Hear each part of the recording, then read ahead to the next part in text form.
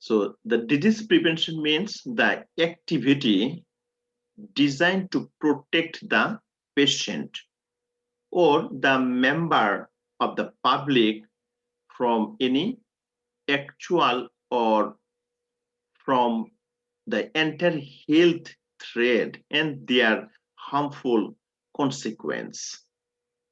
So prevention is the action aimed at eradicate the disease or eliminate the disease or minimize the risks of disease, right? So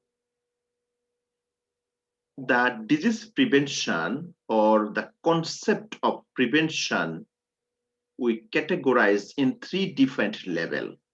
One is called primary prevention, secondary prevention, and tertiary prevention.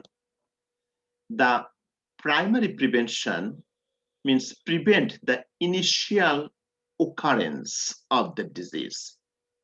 So if you know what are the cause of disease and if you remove the cause, then no disease at all. Example, education to the patient.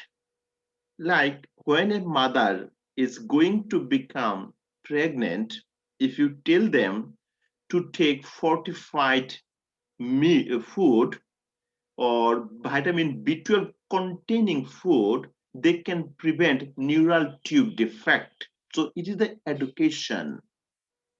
Also, some communicable disease is more common in the newborn.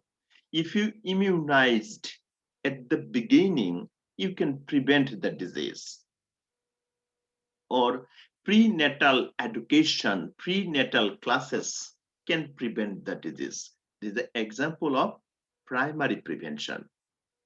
What are the other example? Like nutritional education to prevent malnutrition, kwashiorkor, or marasmus, family planning and sex education to prevent STI, and also the smoking and sedation education, and also communicable disease prevention education, or education about the health and hygiene issue to specific groups like daycare worker and restaurant worker, safety education, or prenatal classes for mother and upcoming baby, providing immunization and also advocating for access of healthcare, health environment. All of the example of primary prevention. NCLEX board sometimes asks what are the example or which one is the example of primary prevention. Let me go in the secondary prevention. So secondary prevention, we focus on early detection of the disease and limited the severity of disease. Example, like a patient has a family history of diabetic. So if you scanning the patient, so you can identify at the beginning. So if my family has a positive hypertensive history, then if I do scanning for hypertension regular monitoring, I can prevent the complication of heart disease or disease surveillance or control of outbreaks. All are the example of secondary prevention. So early detection and treatment of disease with the goal of the limited severity and adverse effect. What are the example? Like community assessment to stop the communicable disease. So if you know or find out the disease, then you can stop the transmission, right?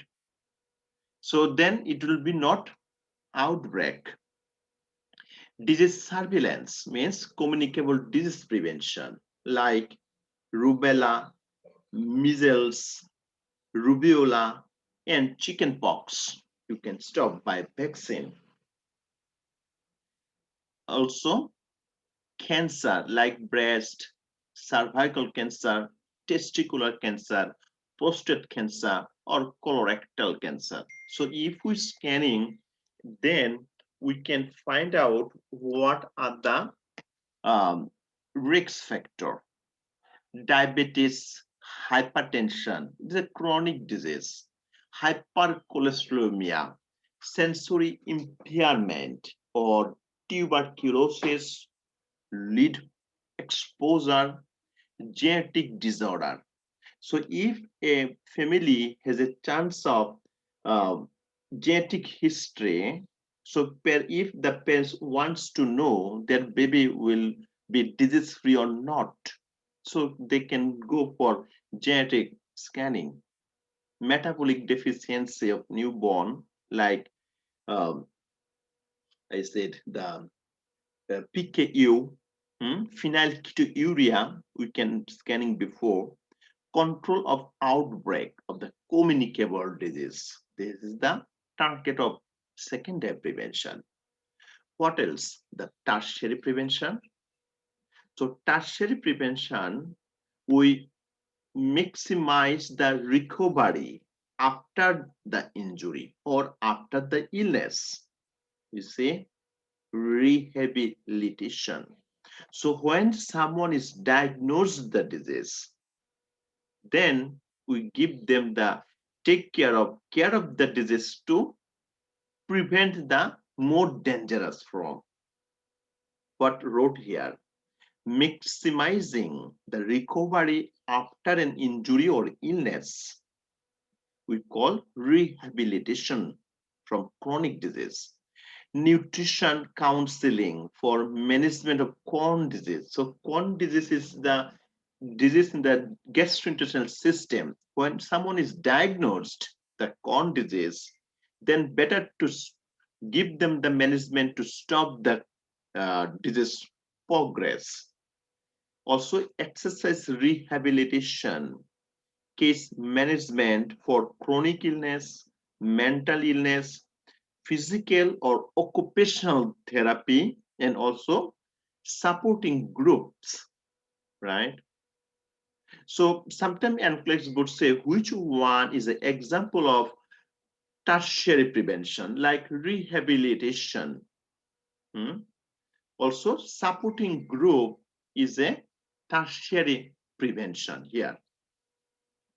So this is the very basic information, super important for NCLEX board. So I believe it is more than enough for NCLEX.